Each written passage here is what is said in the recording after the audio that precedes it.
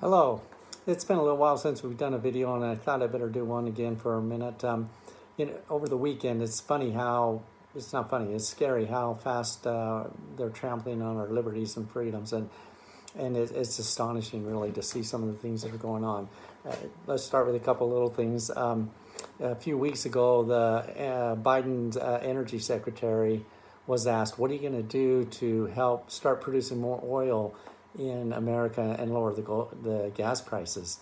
And she laughed and said, "I have no control over that. It's a global economy." As you know, a cartel called OPEC, and now this is her words, a cartel called OPEC sets the prices, and we're kind of at their mercy. And so, I don't. Maybe they make it think we have forgotten everything. It was less than a year ago under a different administration when gas prices were $1.75. We were completely energy independent. We didn't rely on some global cartel to tell us what we were going to pay for our energy. In fact, we were sending energy out to other of our ally friends. But now, apparently, under this administration, it's more important that we pay a cartel our money and get hosed in the process, and we pay double and even triple what we've been used to paying. So then they say these things with a straight face on TV. I mean, really, you can't make this up. They're saying things as if it's truth when it's outright lies, and as if we don't remember anything, and we're supposed to just believe what they're saying.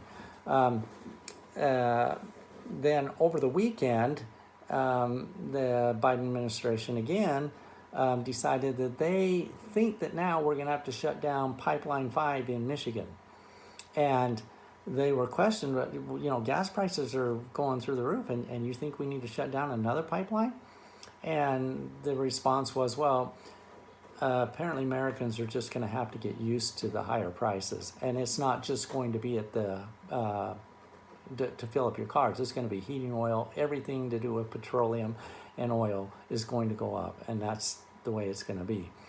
And then, today, Biden talking about his spending bill, how great this thing is.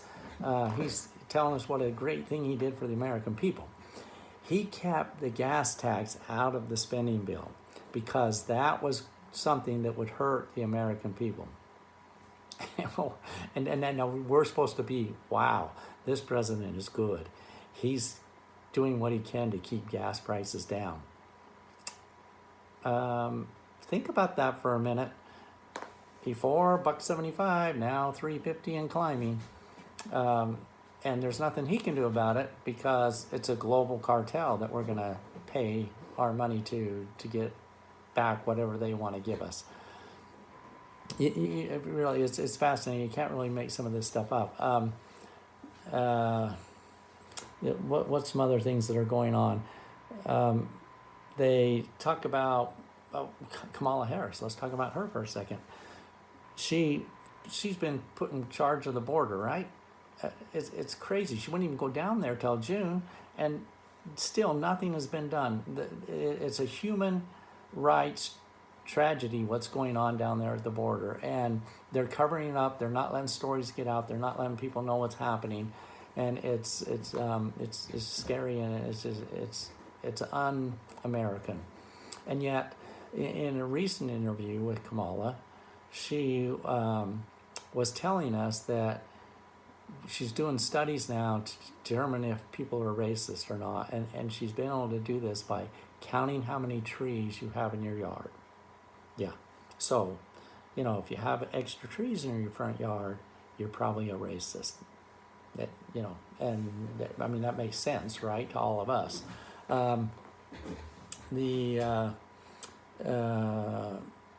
Over the weekend, what was the other? Oh, the Secretary of Treasury talking about inflation, and the questions were asked, well, what are we going to do about the inflation that seems to be climbing? And the comment was, well, as you know, because a lot of people have gotten the jab now, they're feeling a lot more confident about going back to work. And so with people going back to work, that's going to help out. What we really need to focus on now is getting our 5 to 11, 12-year-olds vaccinated. And then that's going to fix inflation. Yeah. That's going to fix inflation. But signing a $1.3 trillion infrastructure bill will have no effect on inflation? No, it won't. That's what they tell us, right? And how much money of that's going to infrastructure? Wasn't it like 5 to 8%, maybe 10%? The rest goes to their buddies, right?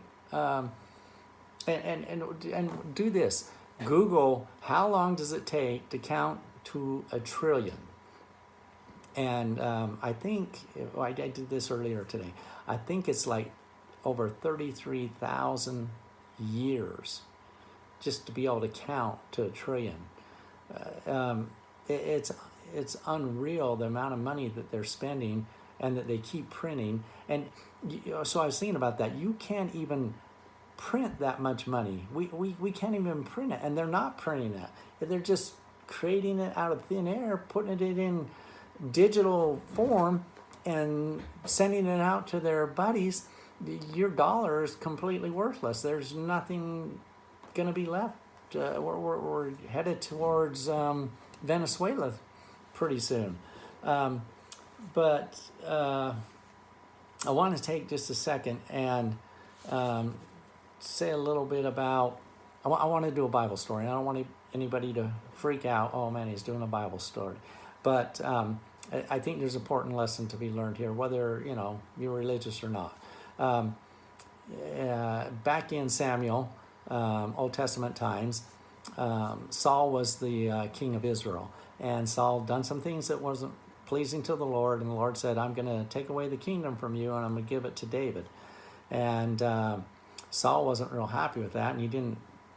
David was younger, and David was actually best friends with Saul's son Jonathan, and they kind of grew up together. They were great friends, and so Saul actually tried to have David killed a few times, and Jonathan stood up and warned David and protected David from his father.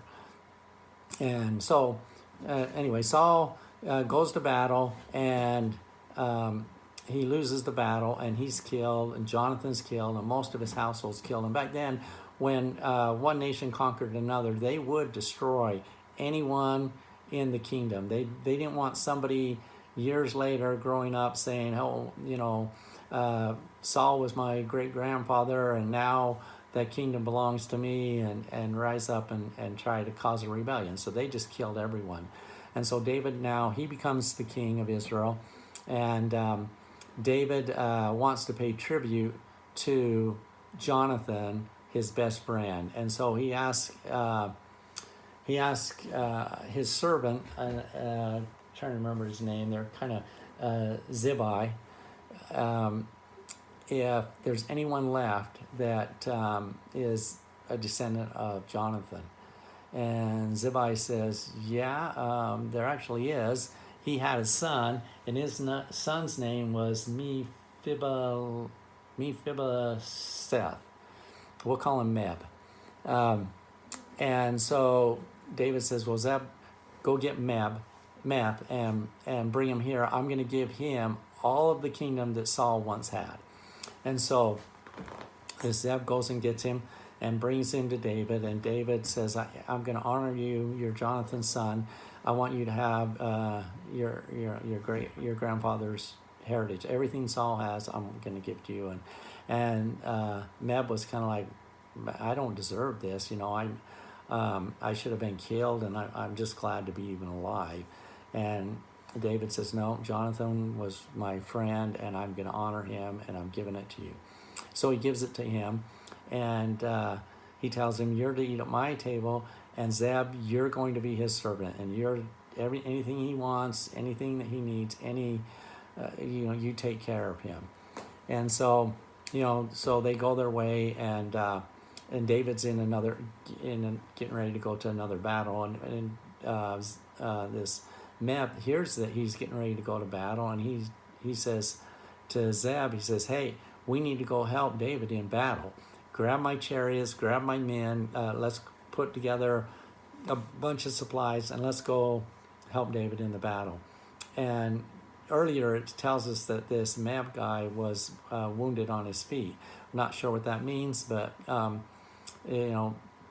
whatever, he couldn't walk very well. I don't know if that's from the battle or war or something, but we're not told that. So Zeb says to him, "Look, you're wounded on your feet, and if you go to battle, you're actually going to probably slow David down. Let me take your chariots and your men and all the supplies, and I'll go and I'll represent you, and and I'll help David in the battle." And Meb's like, "Okay, you're probably right. That's a good idea."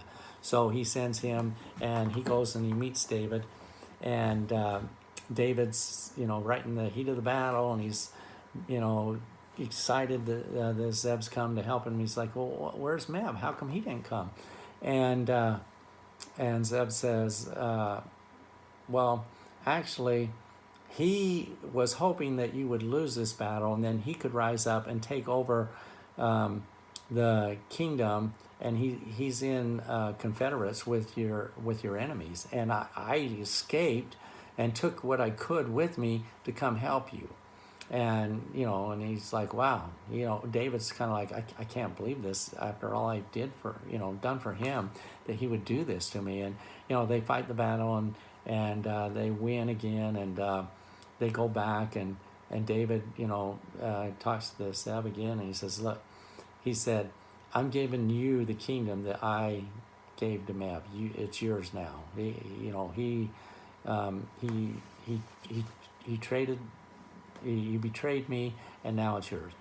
And after a little while, the battle's over, and this Meb's back, and he's kind of like, "Well, how come my servant never came back? What's going on?" And so he goes to David, to meet David, and to find out what happened.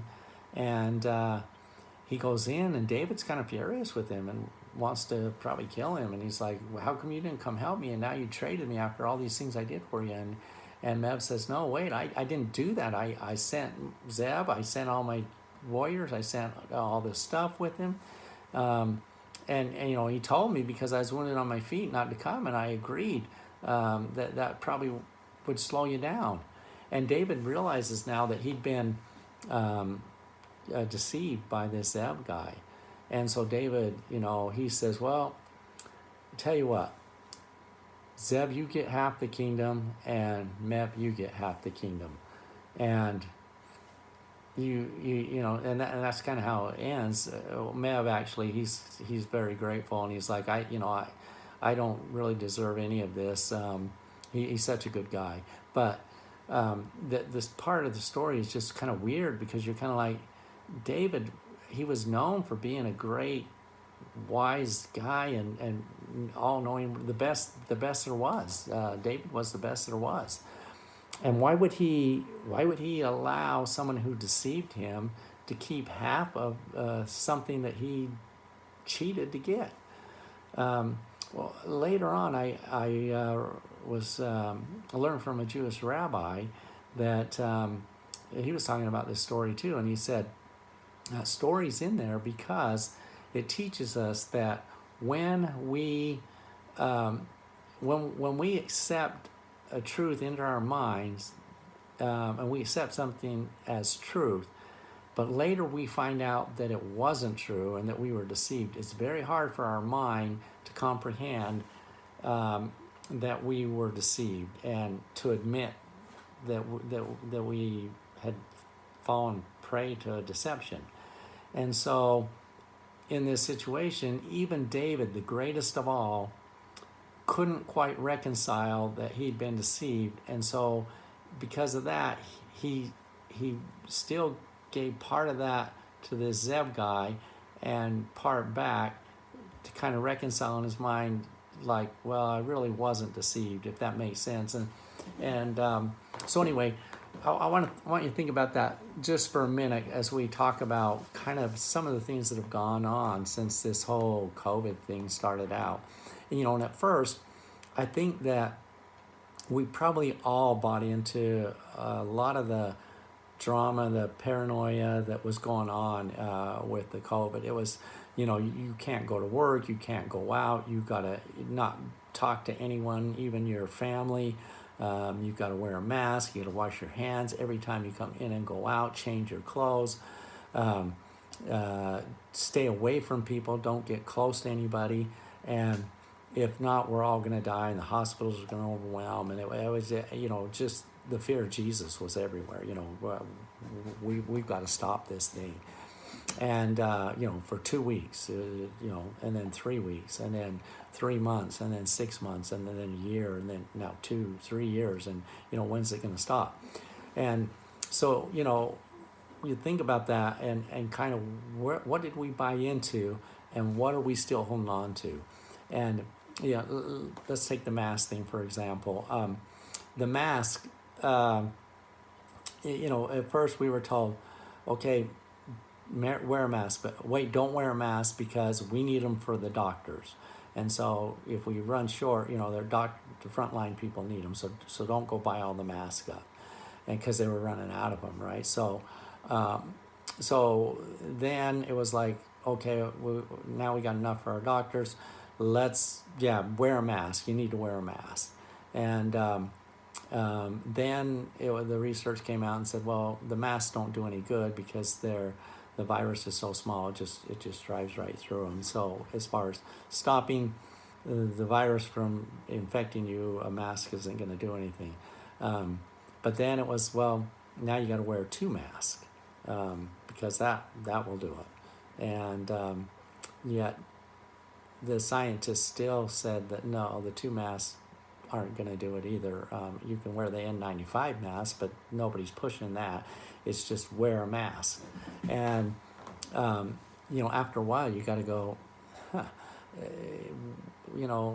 what's with this mask thing? I've got a good friend that works out at the Twila Army Depot, and they actually, deal with chemical weapons and stuff, and they kind of did their own testing on masks, and they came back and said, yeah, the masks don't do anything to stop the virus. It's not to say masks aren't, good at all, but as far as the COVID narrative, they're not going to stop the virus from being transmitted. So, do we still wear a mask? There's still businesses that require their employees to wear a mask because they think maybe that makes the customer feel better. There are places you go that, they want you to wear a mask. Airports, on a plane, which, it's okay to go all the way up to the airport, and as soon as you get off the plane, take it off. But, it's just, we bought into stuff that makes no sense. Think about kind of some of the things maybe we bought into and we don't understand to be quite right. And let me see, I want to think if there's something. Speaking of inflation, and the Treasury Secretary, telling us that if we're going to fix inflation, we need to vaccinate our children. And I don't understand how that's going to fix inflation. Maybe you see something there that I don't, but the vaccine and the jab, whatever you want to call it, it's not doing what it was advertised to do. They said that it was going to protect you from getting the virus and from spreading it to others. And now we know that it doesn't protect you from getting the virus and it doesn't prevent you from spreading it to others. And in fact, most research now is showing that you may actually be more susceptible to spreading the virus if you're vaccinated than if you're not. So, So, do you want to get the vaccine? Do you not? That's up to you. But if you're going to do this to your children, maybe do a little research and think about that first. It's mind-boggling to me that someone would consider giving this bioweapon to their children. And think about the people that are telling you to get this vaccine. Let's go back to Dr. Fauci for a second. You remember when this first broke, the Fauci gets up and he tells us, we got this virus that's coming out. It's coming from Wuhan, China, from some bat in a marketplace. And then we find out that maybe that wasn't quite right. Maybe it kind of came out of the Wuhan lab that's in China. But Fauci has no idea for sure where it came from. Now we are finding out through Fauci's leaked emails that he actually did know where the virus came from, and he actually was helping fund that with our taxpayer money. He admitted to this with an interview to Senator Rand Paul when he was questioning him about gain-of-function research. Now, gain-of-function research was first done in North Carolina here in our labs, and then it was transferred over to the Wuhan lab, and it is paid for through Fauci and our taxpayer money. And today, we are still paying for gain-of-function research in the Wuhan lab in China. It makes no sense. I can't wrap my head around this. Was it not so long ago that we actually went and attacked Saddam Hussein because we were worried that he was creating chemical weapons to use against his people, and then we never really did find those weapons, and yet we are funding. And what's gain-of-function? Gain-of-function research is where you take a deadly pathology and make it more deadly and dangerous to humans. That's what you're doing. You're taking something deadly, making it more deadly and dangerous to humans, a biochemical weapon. So we are creating a biochemical weapon with China. Explain that one to me. Why in the world would we help create a biochemical weapon in a Chinese lab and pay for that? Are they not our enemies? Who's going to use this weapon? What's going to happen with it? Well, we know now they're going to release it to the whole world. And what's the purpose of that? And where does this vaccine come in? Who's making money from this? What's the plan behind this? I want to think a little bit about different maybe addictions and things that happen. This narrative at first was, get the jab. It's going to protect you, and you'll be fine, and you can go out in society, you can go back to work, you can do whatever you want, and nothing's going to happen to you. And now we're finding that that's not true. That you get the jab and you're still getting the virus, and probably maybe even getting it from the jab, we don't know, but several people have found that to be the case. So now you've got to get a new jab every 6 months. Okay, now think about that for a minute. Now, think about addictive things, for example. I mean, there are a lot of them. You got caffeinated drinks. Caffeine makes you addicted to it. Your body wants more. There's energy drinks, coffee, teas. There's alcohol. Alcohol is an addictive thing. Your body craves it once more. Cigarettes, tobacco. Tobacco makes you want to crave it, have more, and your body kind of makes you want more of it. And you think about the millions of dollars that have been spent over the years trying to entice young people to take their first cigarette smoke or their first drink of alcohol or energy drinks, because if they can get a young child or a young person to start, they've got a customer for life, and so they will spend millions of dollars and have the best minds working on ads and ways to get young people to start their product. And it works, it absolutely works. There are young people that start smoking and drinking and other things every day. Now think for a minute, when was the last time you saw an ad that was enticing to young children or anyone to start smoking or drinking? You may have to stretch your mind. I don't remember the last time I really seen an ad to do that. I probably seen some drinking ones, people having fun in a bar and stuff like that. But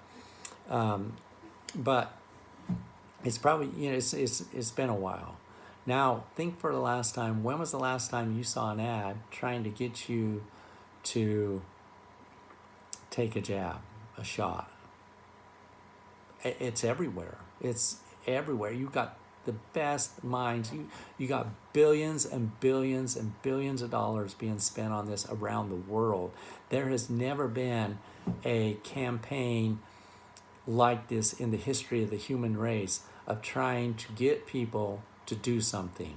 And when that doesn't work, then they threaten with force. We're going to force you to do something. This campaign of scare, you got to get it, you got to get it, you got to get it. If you don't get it, you're going to kill somebody, you're going to die somebody, you're going to, if you don't get it, you're going to lose your job. We're going to take your income away. We're going to make it so you can't travel, you can't go places. It is just fear. So what I'm trying to say is, if you bought into this somehow, some way, don't beat yourself up. I mean, they have done everything they can to get you to do something. But now, are you going to give this to your children? It's not had any tests long term, so nobody knows what's going to happen long term. We already know through the VAERS report, the CDC, that there have been hundreds of thousands of severe side effects from people who have taken the jab. And it's crazy how many problems they've had with this. And yet you don't hear about that. You have to actually go out of your way to find that research. But we also know that our children have zero chance of having any real effect from getting COVID. It's zero. And yet we know that if you give them a jab, there is a 100% chance they're going to have side effects from that. And so if you don't give it to them, there's no chance that they're going to have a problem. You give it to them, there's a big chance that they're going to have a problem. And now you're going to have them start at 5 years old, 7-year-old, 10-year-old, 20-year-old, and you're going to give them a bio injection into their body, and then every 6 months you're going to have them go back in for the rest of their life, to get a injection into their body. It makes no sense. What's that do to your immune system? It's going to destroy it. It's crazy. They have no intention on trying to bring COVID under control. We have lots of medicines that work all around the world. Ivermectin, hydroxychloroquine, other things have worked and proven very well. Some countries have pretty much eradicated COVID because of the use of ivermectin. And yet, we in America aren't allowing those things to get out and people to know about that because they want, I don't even think it's about the money, even though they're making billions and billions of dollars from injection after injection. I think it's more about the control. I think it was Dr. David Rockefeller who said, if something happens in government, you can bet it was planned. And you can come to your own conclusions on what's going on, not just with the COVID narrative, but with everything.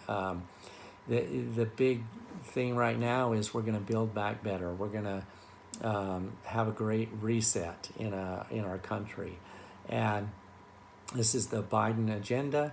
And you think about that. How do you build back better? Well, first of all, you have to destroy and tear down what you have before you can build it back. So, is there an agenda here to destroy and tear down the greatest nation in the world so that they can, what they call build back better, which is nothing more than the same old communism, socialism, global control that has been done all over the world? And you need to probably look around and see when a president will say, hey, I kept the gas tax out of this spending bill, because this stimulus bill, because I don't want gas prices to affect the American people. When you have a Secretary of Treasury, now you think about these administrations, people that the Biden-Harris people have put in. When you put somebody into these positions, you're in the greatest country in the world. You pick the greatest, most powerful, smartest experts that you can get to be in charge of these very important positions. They aren't stupid. The things they say sound pretty stupid to us. When they say we're gonna fix inflation by giving a jab to your child, I mean, that sounds pretty stupid. When they say, spending $1.3 trillion on infrastructure when it's not going to infrastructure, and even if it was, $1.3 trillion printed out of thin air has no effect on your economy. I'm not an expert, but I know how to read, and I've seen history. Got friends from Venezuela. I know what happened there. When you have a president telling you they're going to count how many trees, vice president telling you how many trees are in your yard to prove that you're a racist, you can't make this stuff up. And they get up there and they say things like, they're the good people and what they're doing is right, and everything they say is a complete lie, but they say it like it's the truth, and we should be thankful that they're going to tear us down, destroy us, inject us, and take away our freedoms, and we're going to be happy about that. Something to think about. Anyway, comments. I'm happy to hear what you think we should do, and maybe I'm seeing something here. Thanks for listening.